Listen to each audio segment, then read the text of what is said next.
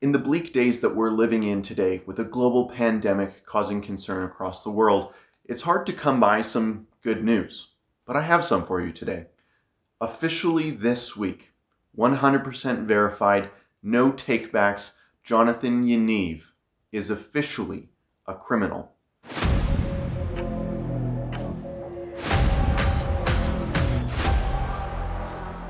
Just this week, Jonathan Yaniv pled guilty to one of the two charges that he is faced with. It's section 91-2 of the Canadian Criminal Code, possession of an unauthorized firearm. You might remember when Jonathan Yaniv brandished, quite foolishly in my opinion, a taser on a live stream with conservative trans activist Blair.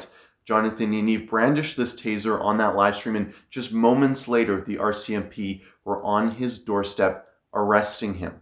The supporters of Blair called the RCMP actually to make sure that he was held accountable for the illegal weapon that he was holding. It is a crime in Canada to import and possess a prohibited weapon like a taser.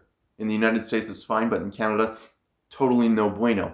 And the police actually moved on this file. Jonathan Yaniv has abused the criminal justice system, from the human rights tribunals that he's abused immigrant women at, to the courts where he's now harassing a journalist with the Post-Millennial.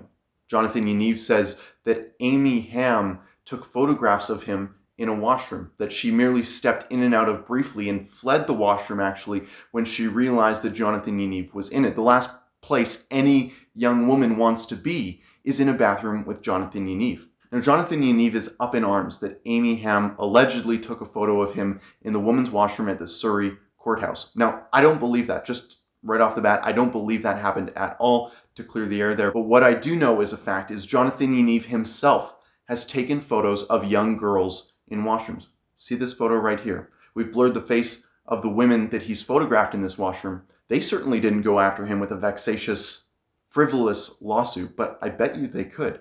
Jonathan Yaniv is a predator after all, and taking photos in washrooms of young women, young girls even, is something that shouldn't be happening, especially when you're a predator like Jonathan Yaniv. Now, I tried to find more information about the charge that he pled guilty to and the charge that he didn't plead guilty to. There's a missing plea on the BC Court website, and we're not sure exactly what's going on there, so I gave a call to the BC Crown office at that courthouse. Here's how that went. Hi there. I have a quick question about a case that's ongoing right now. It's regarding Jessica Yaniv. I see on the BC Court registry that there was two charges against him for possession of a prohibited firearm, and he pled guilty to one of them, but there's no plea associated with the other charge. So I'm wondering if there was some sort of deal struck with Crown Counsel, or if there's another plea coming sometime down the line.